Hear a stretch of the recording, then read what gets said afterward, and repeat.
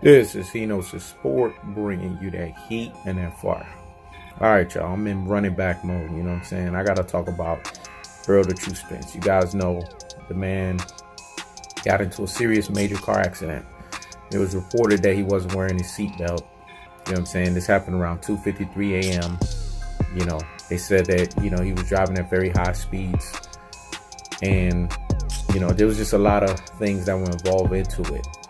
But bottom line is, the biggest thing that people need to understand, and see, this is what separates the men from the boys, or basically what we would call the 3-year-olds. This is what separates the women, from the girls or the 3-year-olds, is the fact that people sit here and kick a man while he's down. Why would you do that? Oh, I hope he wasn't drinking. Oh, your boy was drinking and driving, man. You know what I'm saying? You should be worried about him. You know what I'm saying? Get your fat boyism out the way. This is not about that. We all are fans of boxers and fans of who we prescribe to. You know what I'm saying? But not once have you guys ever seen me, when sad news happens to fighters, other fighters, have you guys ever seen me say, man, it was a sad news, but he shouldn't have been doing this. He shouldn't have been doing that. That's a cardinal rule. If you were raised right, let me say it again. It's a cardinal rule, if you were raised right, to not kick somebody while they're down. That's what you're seeing, but from a bunch of classic dolts and troglodytes, Rudy Poo and Plum Brains, ultra fanboys with the ultra fanboy rhetoric. They're kicking this man down. I told you, the negative energy that surrounds this man is only showing you the greatness that was personified by what he brought to the table. Let me say it again. The negative energy surrounding this guy is only manifesting the greatness personified that was surrounding this guy. It's his error. Now I can't confidently and vehemently say that anymore, because at this point it's not about boxing. Fuck boxing. It's about this man recovering and being there for his family, his daughters, you know what I'm saying, and for him to make it and be able to see another day. Because at the end of the day, these fighters have a whole lot of life to live. That's if they're given the opportunity to live a life after boxing. So I don't understand the haterisms and the trollisms. You got some of the most vindictive, some of the most malicious, some of the most juvenile, and it just shows you the level of hatred and trollisms. I told you, people that sit here and have this energy on this planet to hate and troll on people are people that are insecure and miserable as fuck in their own lives. Let me say it again. People that hate and troll the way that they do, they're protruding this haterisms and these trollisms is because they have negative energy, you know what I'm saying? And they are insecure and miserable as fuck in their own lives.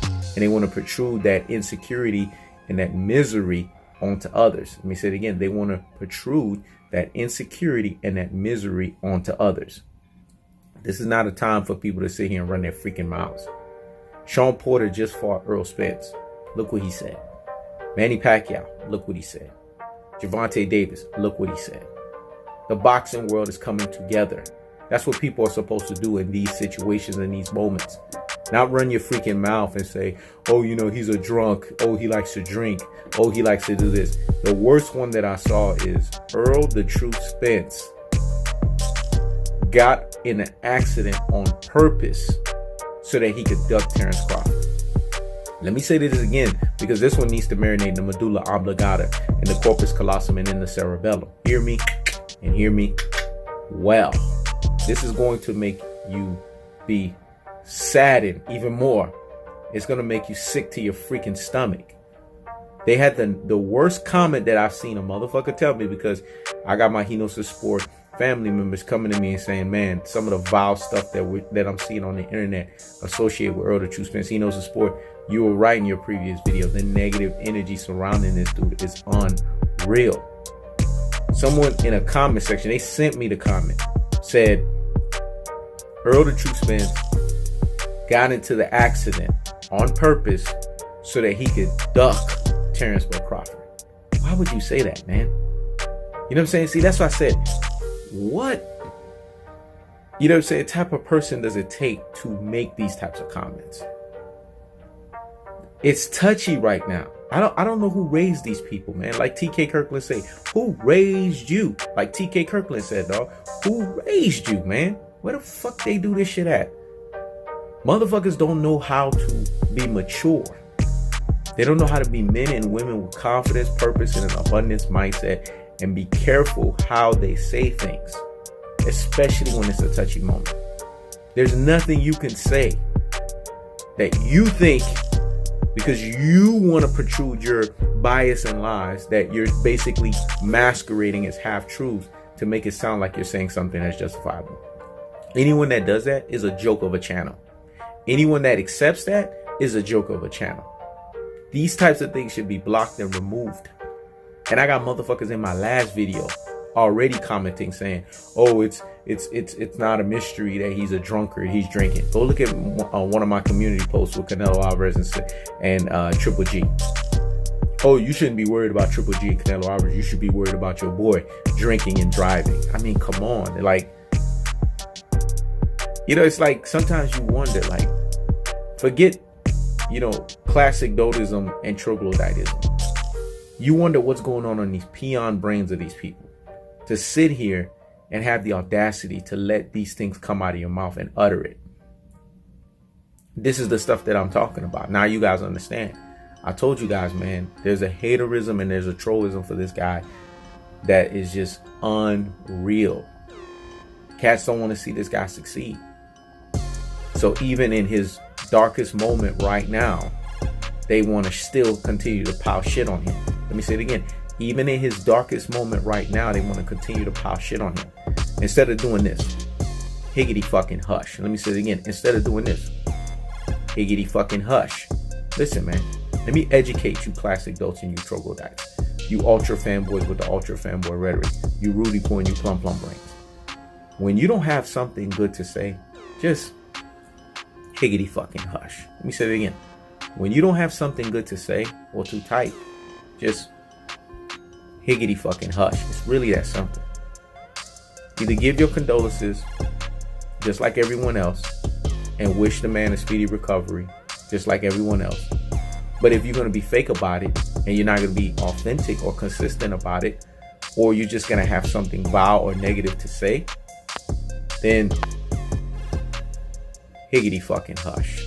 It's really that simple, folks. Because I'm sick and tired of the nonsense. Because like I'm telling you guys, Errol the True Spence is he's cut from a special cloth, and he's a special breed. You know what I'm saying? You could tell God is touching this cat, because I'm getting reports now from cats that, you know what I'm saying, have been talking to Marvelous Jarvis, you know what I'm saying, cats that have been talking to people that's been around the circle saying that, you know what I'm saying, Errol the True Spence is pulling through, and that's great news. I'm glad that that's happening. You know what I'm saying? Motherfuckers just sending me messages left and right, letting me know what time it is. Saying, man, he knows the sport. We know you rocks with Errol the True Spence. You know what I'm saying? But we're going to let you know, man, this is the update. Everything is fine. I just hope that everything works out for this guy. Because to me, it's not about boxing. It's about this man's health, his well-being, and his safety. Just the fact that he can have all his faculties together and he can be there for his family. Then if he happens to come back to boxing and he's fully recovered, that's a plus for us. That's a luxury. But right now it's about the necessity. Let me say it again. If he comes back to boxing and he's able to step into the square circle, that's a luxury.